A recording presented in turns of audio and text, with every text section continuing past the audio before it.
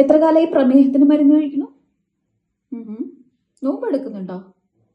Okay. പ്രമേഹം ഉണ്ടായിട്ട് പോലും നോമ്പെടുക്കുന്നവരാണ് നിങ്ങളെങ്കിൽ ഈ video നിങ്ങൾക്കുള്ളതാണ്.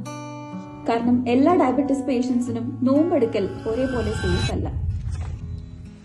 International Diabetes Federation and diabetes and Ramadan risk stratification 2026 പ്രകാരം ഡയബറ്റിസ് രോഗികളെ 3 ആയിട്ട് തരംതിരിക്കാം. Number 1 low risk category, number 2 medium category, number 3 high risk category.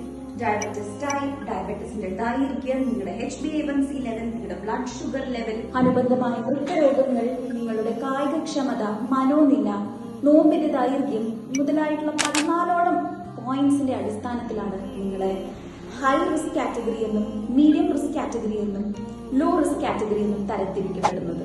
നിങ്ങളൊരു ലോ റിസ്ക് കാറ്റഗറി ആണെങ്കിൽ നോമ്പെടുക്കൽ വളരെ ഉത്തമമായ ഒരു തീരുമാനമാണ്. അതേസമയം നിങ്ങൾ മീഡിയം റിസ്ക് കാറ്റഗറി ആണെങ്കിൽ നോമ്പ് എടുക്കാതിരിക്കുന്നത് നല്ലതായിരിക്കും. എങ്കിലും ഒരു ഡോക്ടറുടെ സൂപ്പർവിഷനിൽ നിങ്ങൾ നോമ്പ് എടുക്കാവുന്നതാണ്. അതേസമയം നിങ്ങൾ ഹൈ റിസ്ക് കാറ്റഗറി ആണെങ്കിൽ ഒരിക്കലും നിങ്ങൾ നോമ്പെടുക്കുന്നത് നല്ലൊരു തീരുമാനമാവില്ല. കാരണം പലതരത്തിലുള്ള കോംപ്ലിക്കേഷൻസിലേക്കും പോകാനുള്ള സാധ്യത വളരെ കൂടുതലാണ്. നിങ്ങൾ ഇതിൽ ഏത് കാറ്റഗറിയിൽ പെടുമെന്നുള്ളത് തിരിച്ചറിയാൻ റമദാൻ എന്ന് കമന്റ് ചെയ്യും.